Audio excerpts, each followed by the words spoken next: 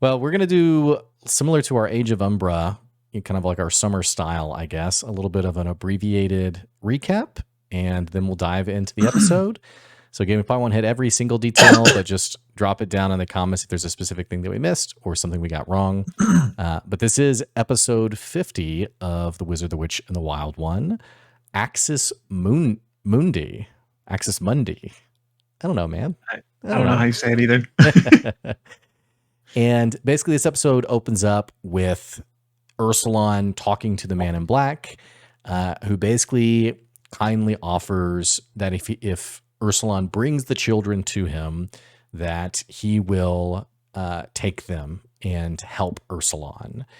Ursulon still intends to see Orima, even though the Man in Black is pretty heavy-handed and like, you don't need to go see her. Like, I can help you. But despite this agreement with the Man in Black, he does in fact go to Orima's shrine, and Orima is not about it. She is, first of all, she does apologize for how she has treated Ursulon in the past and sees now with his breath that, so to speak, he is a legit spirit now.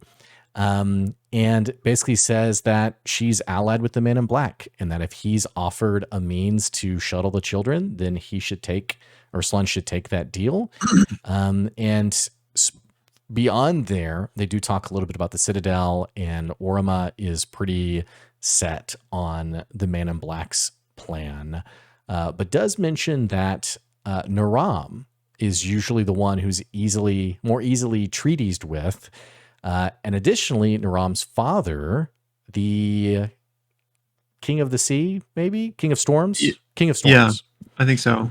Has also not allied himself with the Man in Black, and that would be another individual that Ursulon could reach out to if he's keen on following this thread around the Citadel.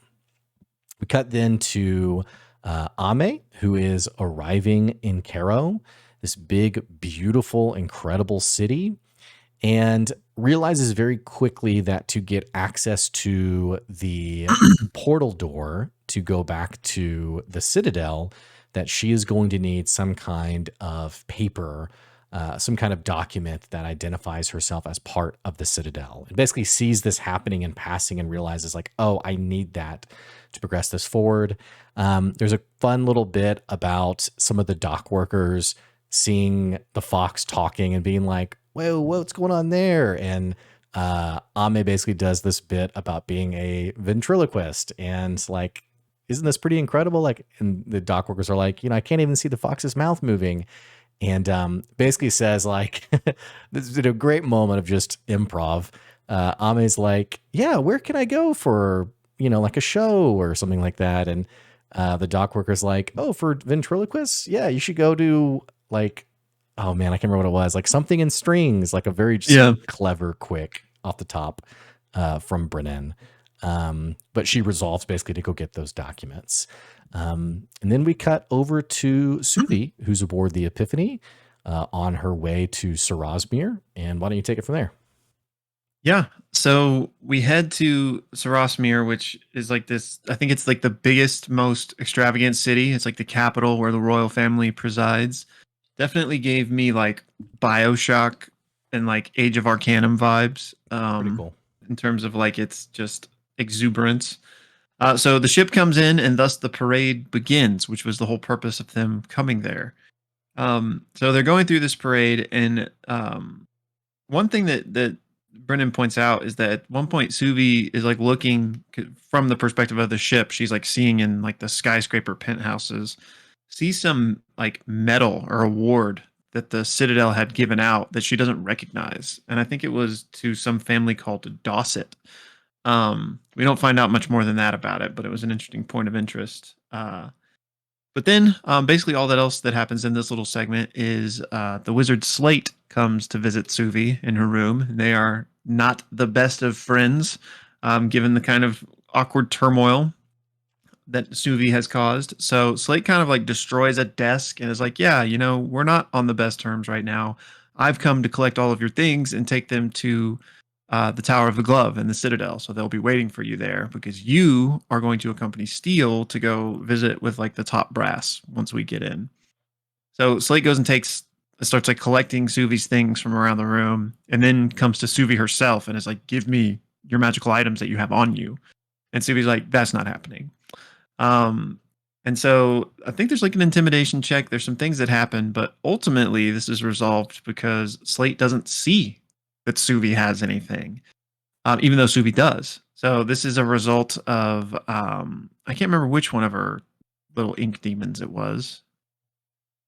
I don't know if you. I It's I not don't I don't remember other than that she realizes that Enzo and the Enzo. other one are involved or present. No, yeah, okay. It was Enzo. It's a result of the spell he placed on her to basically mask those Yes, things. that's right. Um, so she's able to, keep her pendant and her, I think, knife and something else that she had.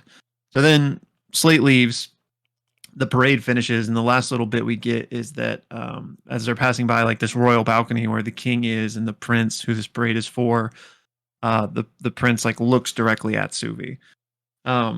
We then cut back to Ame's cottage, where Ursulon has returned from his visit to Orima, and he basically fills everybody in, the rest of the spirits at Ame's cottage, and also Neef about the plan with the king and knight, who I believe they're referring to as Lucio's ferry. It's one of the names he's known as. Like, hey, we're going to take the kids to this boat, and he's going to ferry them home. So like, great. And he's like, Neef, I need you to come with me because we need a witch to, negotiate this. That's how these things go. So she freaks out. She's like, I'm not a witch. Like, I don't have a familiar. I don't know any spells. And he basically has a panic attack. And Ursulon calms her down and is like, you know what? You don't have to go, but like, we need you. And so she's like, okay, I'm going to go try to get a familiar and then, I'll come. So we then have this bit where like, I think Indri said she always looked like a scared rabbit. So she was like, that should be your familiar, a scared rabbit. So she goes and tries to like get a rabbit by like holding out carrots next to a rabbit den, but she's just like really nervous, which is scaring the rabbits, and they eventually run away.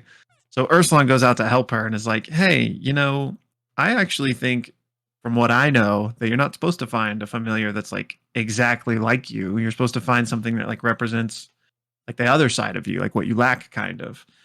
And of course, classic Brennan, there's this very beautiful, like poetic setup to like Ursulon being a spirit, helping a witch find her familiar. That ultimately results in Ursulon like bellowing out in the language of the beasts. Like, there's a young witch here who needs help. Can anyone help her? And we have this massive bull elk like stride out of the forest, like 12 feet tall, tons of horns, and he's like, I heard your call. Is this the young witch? And basically we have this great moment where Neef and this elk like embrace, and he becomes her familiar. Really cool. So now that all that has been accomplished, we kind of fast forward a little bit to when Ursulon, the kids, and Neef are setting off to go meet with the king and knight. So they ultimately arrive to the river. Brennan very nicely describes that, oh, it's a ford, and you hear starlings around. And the king and knight comes up on his ferry, and they're like, boom, let's do this. And I can't remember if it was a name drop or what happened, but Neef picks up on the fact that this is the king and knight. And Lucio's ferry is just one of his names. And she's like, wait, this is who they were talking about at the witches' conclave. And so she starts kind of getting nervous and like stops the kids from boarding the ship and is like, hey, you said you're taking them home.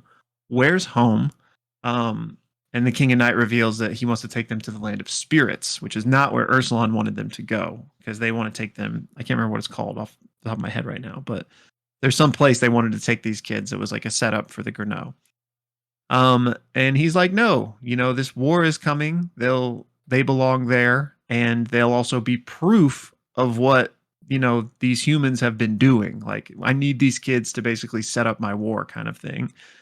And Neef points out to Ursulon that, like, hey, the easiest way for humans to go to the realm of the spirit is for them to die. So essentially, these kids are being sacrificed in a way. And so Ursulon's like, okay, yep, nope. And he takes out his sword and shield and is like, brother, this is not how this is going to go down. And then the episode ends with footsteps kind of coming out of the forest, and it is Sir Kieran, because we are on the path to Starling's Ford. And he's like, it's good to see you, brother. And that's where the episode ends. Again, episode 50, Axis Mundi? Mundi? Good Choose your job. poison. Pop, pop. Yeah.